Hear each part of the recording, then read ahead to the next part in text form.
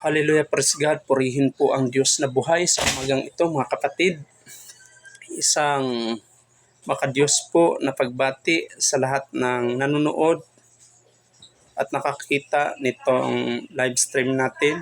Later on, i-upload po natin ito sa YouTube upang mapakinggan po ng mga kakilala natin, hindi man makakilala, lahat ng tao po na sabik at nais malaman ang katotohanan. Ito lang po ang pamamaraan natin, no? Parang Bible studies siya, but through video upang maipahatid po natin, ma-share po natin ang salita ng Diyos, sapagkat sa the Gospel of Matthew chapter 24, particularly in verse 14, na kailangan maibahagi po ang salita ng Diyos sa buong mundo bago naman po babalik ang ating Panginoong Hesus. Hallelujah.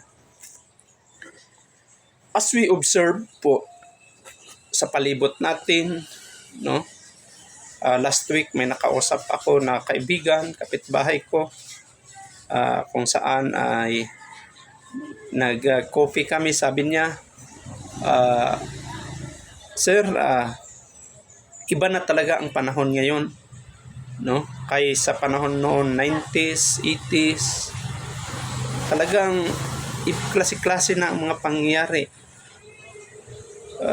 Tama din naman, kasi kung titingnan natin, ang pinaka mabilis natin na mamonitor ang sitwasyon sa ating paligid ay sa social media po, sa Facebook. Although sabihin natin, most of it are fake news, but mayroon din naman totoo. Makikita mo doon, last month ata, nangyari yung mga lindol sa ibang lugar. May mga baha, talagang nasisira. Then, gira doon, sana hindi lang dito sa atin, no? Pasalamat tayo sa ating lugar, hindi masyado kuan sa bansa natin, but sa ibang lugar, magulo talaga doon. May gera, lalong-lalo na particularly in Gaza and Israel po, no? Witness mo sa Russia and between Ukraine po, talagang nation to nation po, nagkagera po. At may ma-witness ka rin po, anak pinatay ang magulang, ang ina, at saka ama pinatinaga ang kanyang asawa, at saka anak pinatay niya. Then klase-klase pong karahasan ang makikita mo, no? Ang lalaki sa lalaki nagpakasal. Nung nakaraang araw may nabasa ako sa social media through yung sa newspaper na binabasa natin noon kasi may access na sila sa social media. Babae sa babae, nag-aasawa, may lasinggero, may mga awayan sa kalsada, konting kwan lang, nag-aaway na sa kalsada. Doon patayan dito, patayan doon. Mayroon nga last week graduation, nag-aaway sila sa gitna ng programa. So talagang hindi mo masisi ang tao.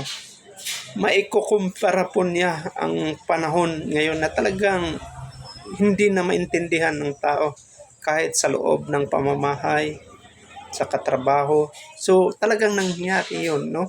Kung titingnan lang natin yung social media, talagang as in magulo. Pero mga kapatid, ito pala ay nakasulat na sa Biblia, kung saan ay pag-aralan natin mamaya sa 2 Timothy chapter 3, no? Kaya pala nung si Jesus, kung tingnan natin ang account ni Matthew at ni Luke, no, the Gospel of Matthew and the Gospel of Luke, sa panahon na naka-experience siya ng temptation kay Satan, ang palaging sagot ni Jesus, it is written. It is written, no? Paulit-ulit yun na sinagot na ng Panginoong Hesus, the Lord Jesus. Kasi dito sa Biblia, ang nawi-witness po natin ngayon ay hindi na pala bago, kasi na-record na ito. Kaya nga, mayroon sa Biblia na i-record na as the days of Lot and Noah, ayan din po ang pagbabalik ng ating tagapagligtas na si Jesus Christ. So hindi na siya bago. Kasi nga noon sa panahon ni Lot, the Sodom ang Gomorrah, nilaglag niya, no? Talagang sinunog ng Diyos, ng Panginoon, sapagkat nakita niya yung kalaswaan, yung kasalanan ng tao dito sa mundo. At sa kasalukuyan ay nangyari, may isang lugar na hindi man natin sinasabi na ito ay punishment. May nangyari na kalintulad sa Biblia, talagang buong syudad, no, sa ibang bansa. At most of din ay gimak pa nila ang Panginoon, no, si Jesus. At halos doon ay hindi naniwala sa Diyos. Pambihira lang. At na-witness natin na isang testimony, no, isang victorious sa isang Christian, sa isang born-again believer, dahil nakita doon na ang sambahan talaga hindi nasunog, o yung pamamahay ng isang mananampalataya ni Jesucristo ay hindi po nasunog, ni walang isang galos man lang ang kanyang bahay. So yan po napapakita na iligtas talaga ng Panginoon ang kanyang kaanak. So dito sa chapter 3, na pag-aralan natin, bagaman verse 1 lang ang pag-aralan natin, pero ang whole chapter po, magbigay lang po tayo ng konting background. Ito po ay final writing ni Paul sa kanyang spiritual son na si Timothy, the young Timothy. So, ganun po kahalaga pala. Pag ikaw ay pastor, hindi man not necessary na kailangan anak mo, kapatid mo, yung associate pastor mo. Pag sa tingin mo, may talagang itinuro ng Diyos, no, pwede mo siyang maging associate pastor. Gaya ni Paul, may katiwala siya. Yun po ay si Timothy, the young pastor, no? Kung saan isinulat niya binanggit sa Biblia, no, na siya ay spiritual son, no? Kasi siguro nasa 60s, 70s na si Paul that time. Then senior citizen na si young Timothy, nasa 20s pa siya sa pagiging pastor niya. Ito ay naisulat niya, ito ay final writing niya, no? Yung last na sulat niya kay young Timothy nung panahon po na siya ay nakakulong sa Rome. Second time niya nakulong sa Rome, hanggang sa doon na binawian ng buhay si Paul. Kung saan ay isinulat po ni Paul ito kay young Timothy upang i-warn po siya, upang magkaroon po ng warning, no, na yung paglaganap po kasamaan sa buong mundo, no, about the growing evil in the world. So encourage steadfastness in the faith, kung saan encourage na si Paul na magkaroon siya ng steadfast sa kanyang paniniwala sa ating Diyos na buhay, kung saan in-affirm niya ang power, ang importansya ng salita ng Panginoon. So doon nakiusap siya kay young Timothy sa sulat niya na dapat talaga, no, dapat talaga na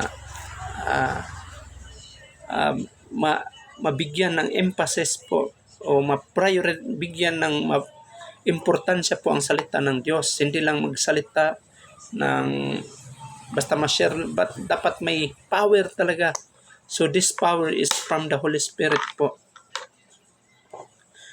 Kung mapapansin po natin sa chapter 3, kung mapag-aralan po natin dito, ay record dito sa chapter 3, kung mapapansin po natin, sa tatlo lang po ang napapansin ko dito. Una, sa verses 1 to 9 sa chapter 3, kung saan ay nabanggit ni Paul ang about sa kanyang warning about the last days po. No? Then, pangalawa is yung nag-encourage po siya, particularly in verse 10 to 13. Encouragement to remain faithful. Kailangan po manatili tayo sa ating paniniwala sa ating Panginoong Hesus na buhay at sa kanyang pagbalik. Then, pangatlo po, ito po ang pagiging pastor na po niyang Timothy. No? Yung pangatlo na advice niya, na binigyan niya ng emphasis, no? Emphasis on scripture, particularly po sa verses 14 to 17. He urged Timothy, no? Talagang kinuan niya, kung sa Bisaya pa nagdot-dot siya, no? Talagang he urges Timothy to continue in the truths na manatili siya sa katotohanan kung anuman ang kanyang nalalaman, no, sa Panginoon o sa kanyang mentor o sa kanyang leader o sa kanyang pastor na si Paul, lalong-lalo na po sa Holy Scripture po, kung saan po in-highlights niya ang 2 Timothy chapter 3 verse 16 to 17. Na-record po dito, sabi dito, basahin ko, na all scripture is God-breathed and is useful for teaching, rebuking, correcting, and training in righteousness, so that the servant of God may thoroughly equipped for every good work. So, yun po ang last na mensahe niya nang sumulat siya na dapat mabigyan talaga ng emphasis na may power ang pagtuturo. Kaya ang pagiging pastor hindi po basta-basta, no?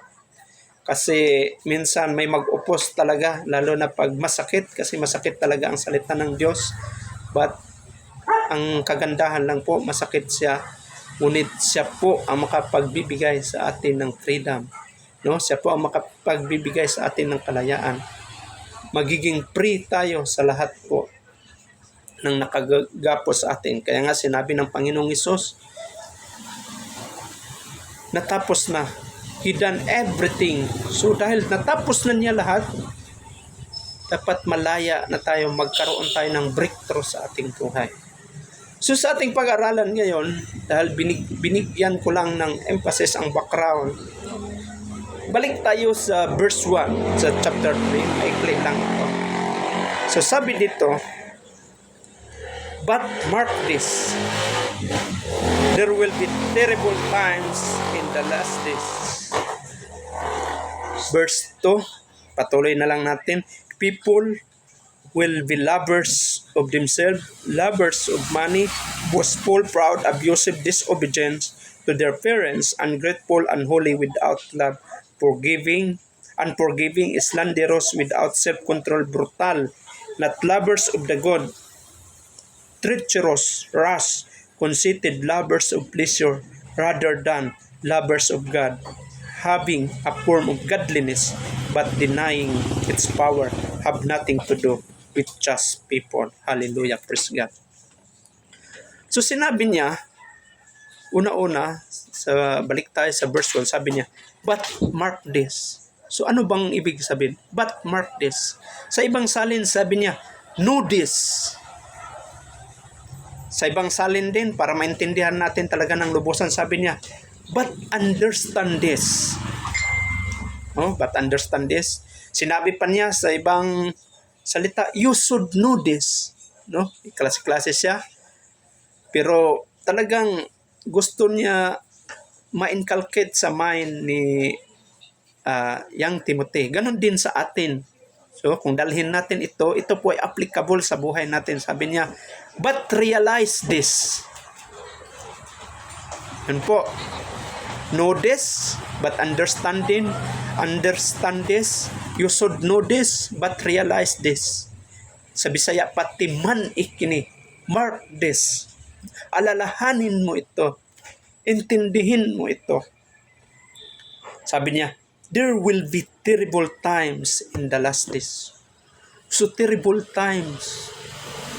Sa King James versions, perilous time.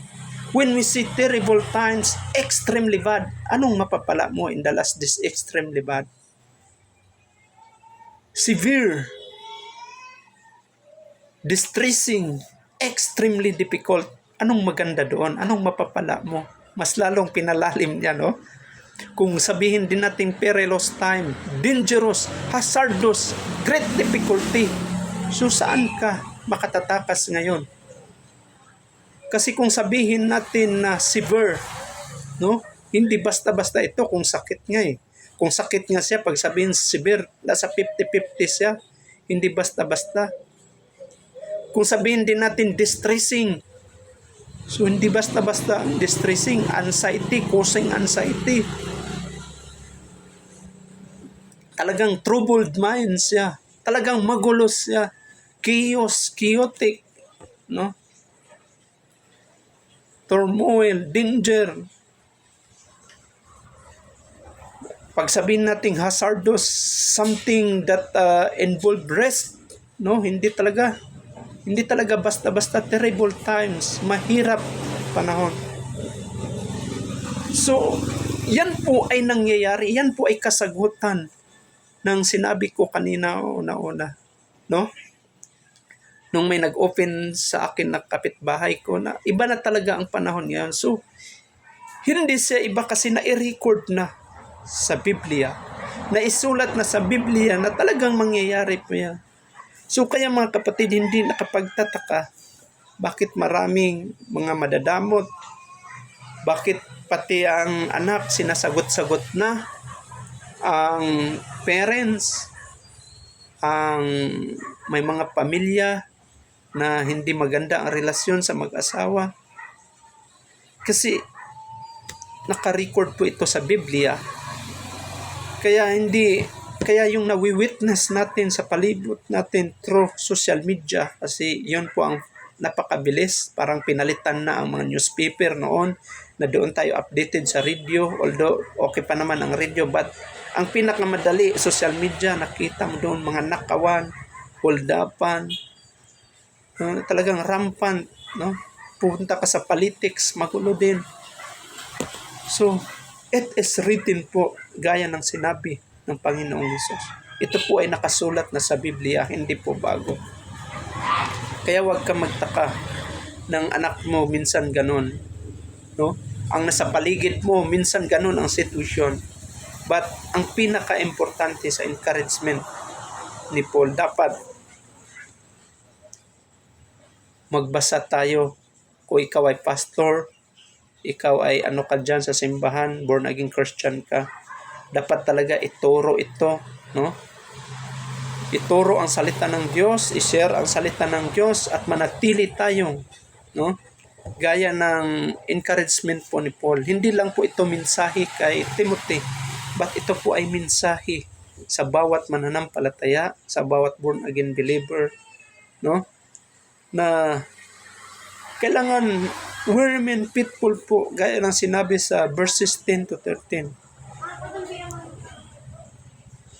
Na kailangan din na maging matatag tayo, kasi sinabi niya dito sa particularly in verse 10 to 13, sabi niya, you, however, know all about my teaching, my way of life, my purpose, faith, patience, love, endurance, persecution, sufferings, what kinds of things happened to me in Antioch, Iconium, and Lystra, the persecution I endured, yet the Lord rescued me from all of them. In fact, everyone who wants to live a godly life in Christ Jesus will be persecuted, while evildoers and impostors will go from bad to worse, deceiving and being deceived. So, yun po ang mangyayari. So, ang atin lang po ay maninitili tayo kay Kristo Jesus. Although, maka-experience tayo ng panlalait, persecution, but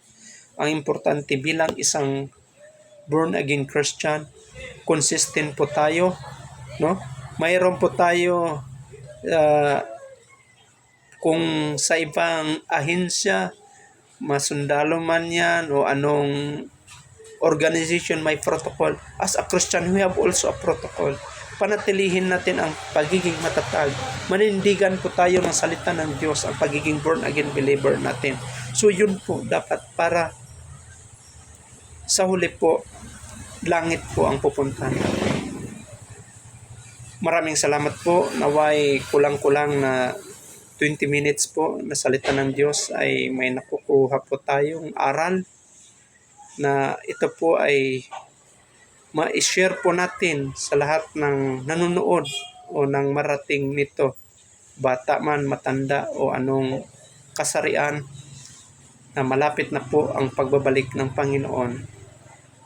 Kasi sinabi niya, as the days of Lot, yan din po ang pagbabalik ng ating Diyos na buhay. Pagpalain po ang Diyos. Maraming salamat po.